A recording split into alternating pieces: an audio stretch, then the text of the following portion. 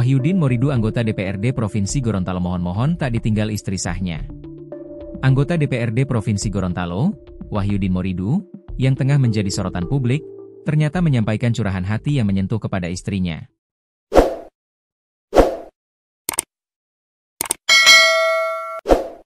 Dalam pengakuan tersebut, Wahyudin mengakui kesalahannya dan memohon agar sang istri tidak meninggalkannya. Ia mengingat kembali perjalanan hidup mereka sejak masih berada di titik terendah. Wahyudin menuturkan bagaimana dulu ia hanya bekerja sebagai sopir angkutan dengan pendapatan pas-pasan. Meski demikian, ia merasa tetap bisa berbagi dan saling menopang dengan sang istri, bahkan saat istrinya masih kuliah dan menempuh pendidikan. Kini, setelah menjadi pejabat publik, Wahyudin justru merasa jauh dari kesederhanaan itu. Ia mengaku terlena dan sempat melupakan masa lalu yang penuh perjuangan bersama. Dari situlah ia menyadari bahwa perjalanannya di dunia politik telah membuatnya kufur nikmat dan lupa akan kesetiaan keluarga.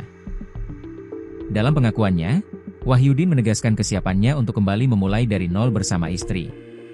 Ia menyebut tidak masalah jika harus kembali menjadi sopir atau membuka usaha kecil, asalkan sang istri tetap berada di sisinya. Baginya, hujatan dan penilaian publik adalah konsekuensi yang harus diterima, tetapi rumah tangga adalah hal yang paling utama. Kalau ini memang titik balik, biarlah saya jalani. Saya rela kembali seperti dulu, dengan gaji harian seadanya, yang penting kita tetap bersama.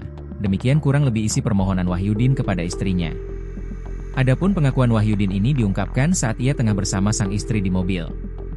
Momen-momen itu direkam oleh sang istri, Mega Nusi menggunakan ponsel pribadinya dan diposting di Facebook.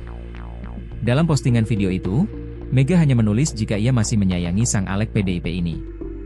Sedang mabuk. Badan Kehormatan, BK, DPRD Provinsi Gorontalo merampungkan pemeriksaan terhadap Wahyudin Moridu, Jumat malam, 19 September 2025. Fikram Salilama, Kepala BK memastikan kronologi kejadian viral itu langsung dengan Wahyudin. Menurut Fikram, Wahyudin saat kejadian itu dalam kondisi tak sadar apa yang ia perbuat. Yang bersangkutan, Wahyudin, tidak tahu mengucapkan kata-kata itu, kata Fikram. Merasa janggal, Fikram pun mengaku mengejar penyebab hingga Wahyudin mengaku tak sadar mengucapkan kata-kata yang menyakiti hati masyarakat tersebut.